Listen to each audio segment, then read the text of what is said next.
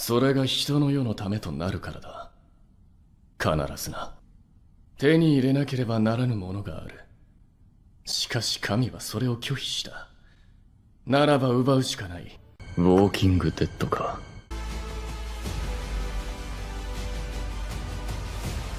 Aujourd'hui, je vous donne 50 faits sur Jujutsu Kaisen que vous connaissez ou non. Dites-moi en commentaire combien vous en avez et si vous en avez d'autres. On est parti. Ok, l'auteur de Jujutsu Kaisen se nomme Gege Akutami. Cependant, on n'est même pas sûr que ce soit son vrai nom. On peut imaginer que ce soit un pseudo et on ne connaît pas non plus son genre. On imagine que c'est un homme, mais on n'en sait pas plus. Le créateur de Jujutsu Kaisen, Gege Akutami, a révélé qu'il aime éviter le cliché bien connu des êtres maléfiques qui en réalité sont secrètement bons.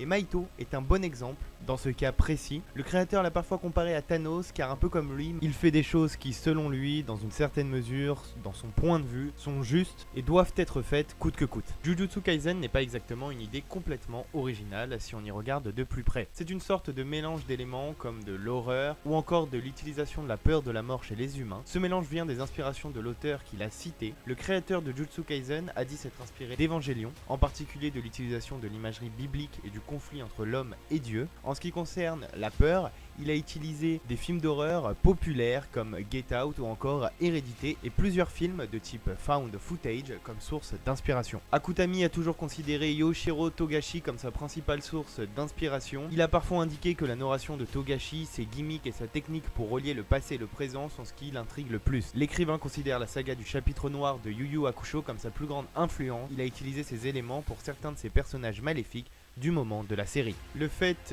qu'Itadori soit l'hôte de Sukuna permet à Itadori de s'immuniser complètement contre le poison qui n'affecte plus aucune partie de son corps. Un rapide coup d'œil sur le système de magie de Jujutsu Kaisen, il fonctionne avec l'énergie maudite et la façon dont le magicien envisage de l'armer en fonction de ses émotions et de ses besoins. Nous avons déjà entendu cela auparavant car Akutami s'est clairement inspiré d'Hunter x Hunter où les niveaux de puissance sont déterminés en fonction de l'utilisation du Nen par le personnage, c'est-à-dire l'énergie vitale. Cette technique introduite par Togashi a beaucoup plu à Gege Akutami. Il a donc ajouté un peu de piment en s'inspirant de World Trigger de Daisuke Ashihara, où l'on voit les personnages canaliser leur énergie en utilisant des armes et des capacités uniques.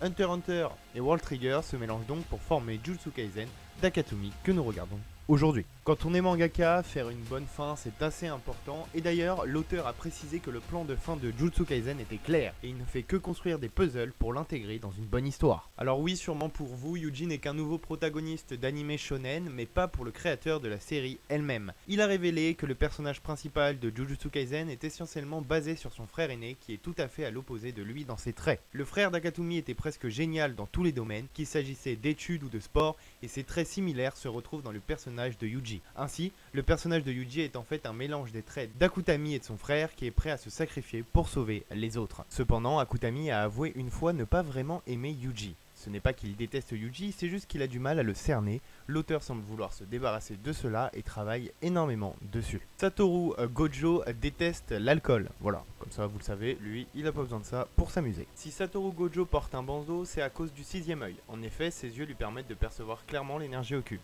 Même en couvrant ses yeux, c'est comme s'il avait une vision infrarouge à haute définition. Même les objets qui n'ont pas d'énergie occulte peuvent être distingués par les impuretés ou flux d'énergie occulte autour d'eux. Donc s'il ne se couvre pas les yeux, même s'il utilise un sort d'inversion pour garder son cerveau frais, c'est un peu fatigant pour lui. Si une personne normale portait les lunettes de soleil de Satoru, elle ne verrait que du noir et serait incapable de voir à travers elle. Nanami déteste les nouilles. Voilà, comme ça, vous le savez aussi. Akutami a révélé avoir conçu le personnage de Kento Nanami pour être un symbole du décrochage en entreprise. Il n'y avait cependant pas de modèle particulier. L'auteur a également révélé qu'à la base, Nanami était censé être un ennemi des protagonistes. L'auteur a choisi de mettre des origines danoises à Kento car selon lui, les Danois ont un sens aigu du bien-être des autres, ce qui est le cas de Kento. Faut savoir d'ailleurs qu'il n'a jamais été à l'étranger. Panda déteste les feuilles de bambou. Comme ça, voilà, vous savez aussi. On arrive dans des anecdotes vraiment la crème de la crème. Akutami a révélé avoir créé Panda à partir d'une blague. Voilà. À la base, Panda, c'était une vanne. Voilà. Celle-là, c'est vraiment ma préférée. Les doigts de Panda fonctionnent sur les écrans tactiles. Donc, si jamais il a besoin d'utiliser un petit iPhone, petit iPad et tout, Panda, il peut, y a pas de galère, il peut. Megumi a tendance à s'intéresser aux amours des autres, non pas parce que ça l'intéresse, mais plutôt pour vérifier qu'il avait raison sur ses soupçons. La grand-mère de Nobara était une exorciste et Nobara travaillait pour elle avant de rejoindre l'école en elle-même. Des 3 secondes, Nobara est pour Akutami la plus facile à écrire.